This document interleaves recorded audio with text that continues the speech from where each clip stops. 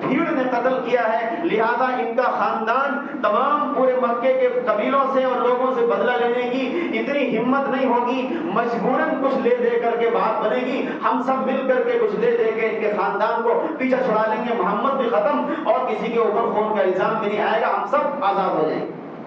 ابلیس نے کہا نہیں، یہ واقعی تم نے جو بات کہی یہ بہت زبردست ہے، یہ بہت اچھی بات ہے۔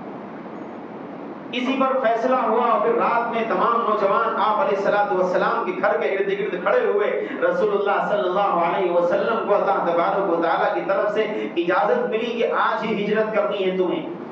یہ بھی عجیب بات ہے، ایک دن پہلے ہو گئی ہوتی، اس سے اگلے دن ہو گئی ہوتی، اسی